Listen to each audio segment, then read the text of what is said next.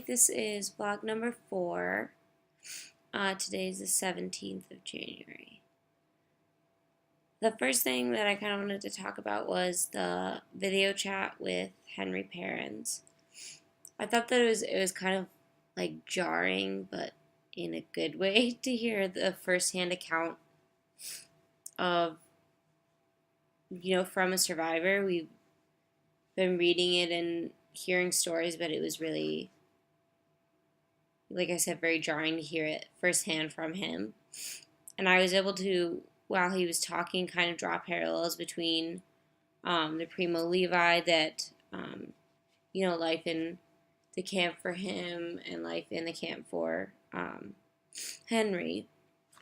And then as well, I noticed towards the end when he sort of finished his story and when he was like talking to Arthur and like talking about his life now, he mentioned how lucky he was, and just like the way that he talked, he just sounded like he felt lucky to be alive, amazed at his life, and mentioned several times that he felt very lucky. And I thought that that was interesting, that as well in the Carolyn Ellis, the collaborative witnessing piece, the survivor in that, Jerry, mentioned how lucky he was and that it was just luck. And, that's not necessarily true.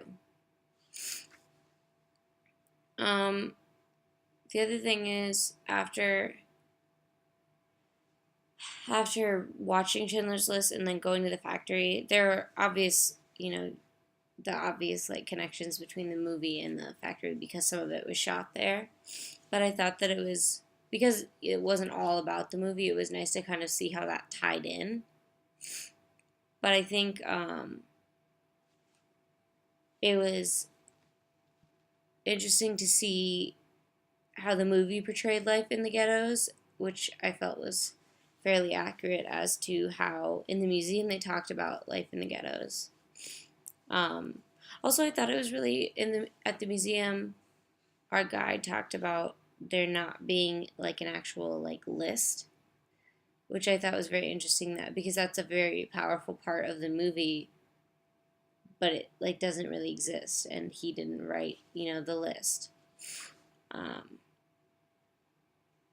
But cinematic effect and all that. But regardless of the list, he still saved a lot of people. So, but it was interesting to see that it wasn't just him. There were a lot of people that did things like he did, and it's not everybody gets a movie, but although terrible things happened, there are wonderful people in the world that are willing to sort of help in that situation, even though it might be putting their careers, their families, their lives at risk.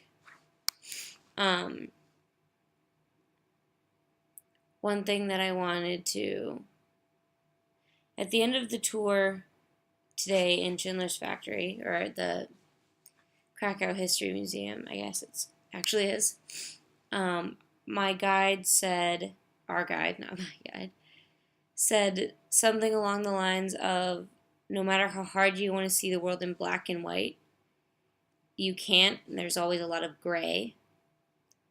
And I thought that was, that's like the truest thing that anyone said about this trip as a whole. Today we were talking about the questions when we were discussing the movie. We kept finding there was arguments for both sides. There's often more than one side. When we were talking about, like selfies and taking pictures in disaster locations, and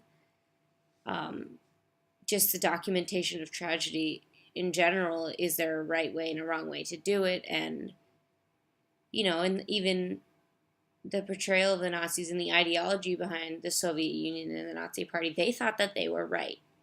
And it is, now it seems very black and white, but obviously to them, to their families, to the people, living in the towns that Jews were getting shoved in the ghettos, that it wasn't black and white.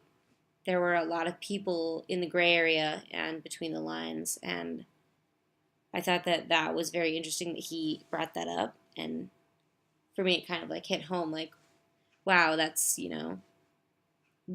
you can't put it on one side or the other. And then we had just talked about that in class today. There's often more than one side to the argument. And then this guy that obviously was not in class with us said something so true to everything that we've been learning and talking about. So just kind of wanted to end on that. Okay, that's it for this one. Thank you.